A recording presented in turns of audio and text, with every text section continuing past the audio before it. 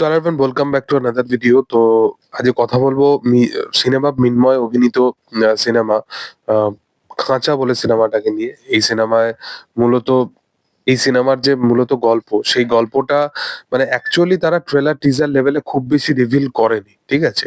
But যে গল্পটা actually সেটা নারী র্যাকেট নিয়ে, এবং মূলত যে খাঁচার যে প্রসঙ্গটা সেই জিনিসটাকে পুরো থ্রু আউট সিনেমার মধ্যে যেভাবে তারা সাজিয়েছে সেটা পুরোপুরি যদি আমি রিভিল করে দিই তাহলে আমার মনে হয় যে গল্পটা আহ, মানে দেখতে যাওয়া, সিনেমাটা দেখতে যাওয়া বৃথা। কারণ সিনেমাটার মধ্যে মূলত ভাবে এই কনসেপ্টটা বাদ দিয়ে বেশি কিছু কিন্তু এক্সট্রাঅর্ডিনারি কিছু নেই।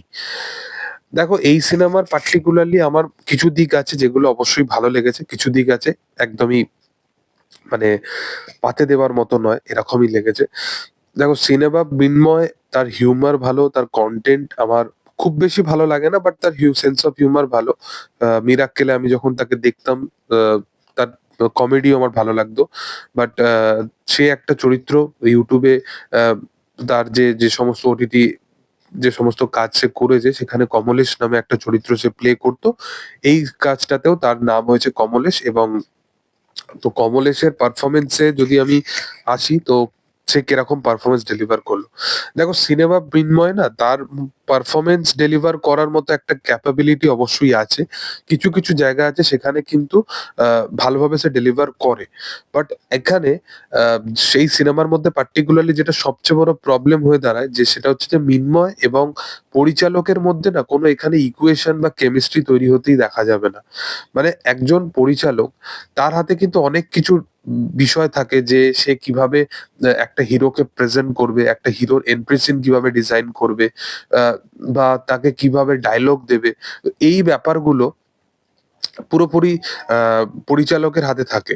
বাট এখানে পার্টিকুলারলি যেভাবে মিনময়কে প্রেজেন্ট করা হয়েছে, যেভাবে তার এন্ট্রি সিন ডিজাইন করা হয়েছে, বা কিছু কিছু ক্রিঞ্জ জিনিসে যেভাবে তাকে ইনক্লুড করা হয়েছে, পার্টিকুলারলি নো রিজনে বা একদমই নো সেন্সে, যে কিছু কিছু গান যেগুলো একদমই সিচুয়েশন ডিমান্ড করে না তারপরেও এসে যাচ্ছে। আমরা জানি কমার্শিয়াল ওরিয়েন্টেড সিনেমার ক্ষেত্রে সেই ব্যাপারটা হয়ে থাকে, বাট এতটাও মানে আমার মনে হয় না যে কেউ এখনকার দিনে অতটাও ফিকশন ওয়েতে কেউ ভাবনা চিন্তা করবে না। তো সেই কারণে কিছু কিছু আমি বললাম যে ইকুয়েশন কেমিস্ট্রি একদমই ব্যাটে বলে হয়নি। তো সেই কারণে মৃন্ময়ের যে পারফরমেন্স কিছু কিছু জায়গায় সে ভালো, সে ডায়লগ ডেলিভারিও তার ভালো।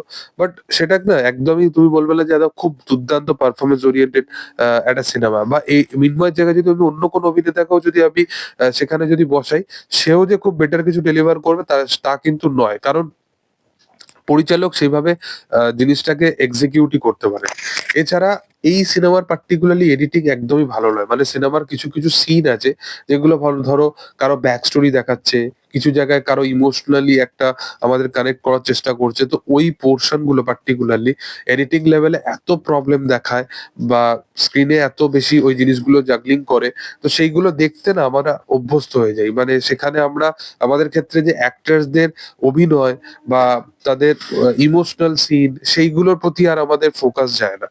ডায়লগ ডেলিভারি, আমি বলবো যে ডায়লগ গুলো এখানে ভালো লেখা হয়েছে, বাট সেই লেভেলের এক্সিকিউশন হয়নি, এটা আমি বারবার বলি। বাট এর পাশাপাশি যদি তুমি দেখো, মৃন্ময়ের অ্যাকশন বা তার বডি ওয়ার্ক সেগুলো ভালো, মানে সে খেটেছে, সেগুলো অবশ্যই দেখেছে। বাট পারফরমেন্সে তাকে বেটার কিছু অবশ্যই ডেলিভার করতে হবে এর চেয়ে বেশি, সে যদি আগামী দিনে ইন্ডাস্ট্রিতে আরো বেশি জায়গা করতে চায়। বাট এই সিনেমাটা আমার মনে হয় না যে সেইভাবে ডেলিভার কিছু হয়েছে।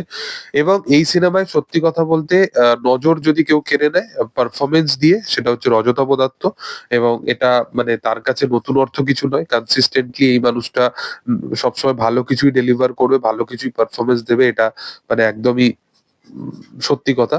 তো রজতাভ দত্তর পারফরমেন্স ভালো, সে যেভাবে ক্যারেক্টারটাকে পুল অফ করে সেটা সত্যি দারুণ। এছাড়া সিনেমার মধ্যে আমি যেটা বললাম যে সিনেমার গান কিছু কিছু অবশ্যই ভালো। সিনেমার গানগুলোকে যেভাবে ব্যবহৃত করা হয় সেগুলোও ভালো, বাট কিছু কিছু গান আছে, একটা একটা যেমন গান আছে যেটা পুরোপুরি মানে সিচুয়েশন ডিমান্ড করে না, বাট যা বা তাদের মধ্যে যে কেমিস্ট্রি, লাভ স্টোরি যেগুলো দেখানো হচ্ছে তার কোনো ব্যাকড্রপ নেই, সেটা ইমিডিয়েট শুরু হয়ে যাচ্ছে। ক্যারেক্টার গুলোর মানে বলতে পারো যে একটা সিনের পর আর একটা সিন মানে একদমই ওভার দ্য টপ জাম্প নিয়ে নেয়। সেখানে মানে কোনো ফার্স্ট সিন বা সেকেন্ড সিনের মধ্যে কোনো কানেকশন নেই, মানে চিত্রনাট্য কোনো পুরো একদম মা বাপ হয়ে গেছে। তো মূলত ভাবে এই সিনেমাটা আমার একদমই মানে মিক্সড রিঅ্যাকশনও বলবো না, বিলো এভারেজও বলবো না। মানে আমার খারাপই লেগেছে সিনেমাটা অনেস্টলি যদি বলি। বাট আমি বারবার বলবো যে মৃন্ময়ের মধ্যে পোটেনশিয়াল অবশ্যই আছে। সে আপকামিং দিনে যদি ভালো কোনো পরিচালক বা ভালো কোনো প্রজেক্টের সাথে যদি অ্যাসোসিয়েট হয় তাহলে সে আপকামিং দিনে ভালো কিছু ডেলিভার করবে। এটা তোমরা যদি সিনেমাটা দেখো তার হার্ডওয়ার্কটা অবশ্যই স্ক্রিনের মধ্যে দেখা যায়। বাট সেই প্রবলেম আমি যেটা বললাম, এই প্রবলেমেই তাকে মূলত ভাবে ফেস করতে হয়েছে। যাই হোক, তোমাদের কি বক্তব্য অবশ্যই সেটা কমেন্টে জানিও। ভিডিও ভালো লাগলে অবশ্যই লাইক, শেয়ার, সাবস্ক্রাইব করে দিও এবং পাশে থাকা বেল আইকনটা অবশ্যই প্রেস করে দিও। Thank you all. বাই।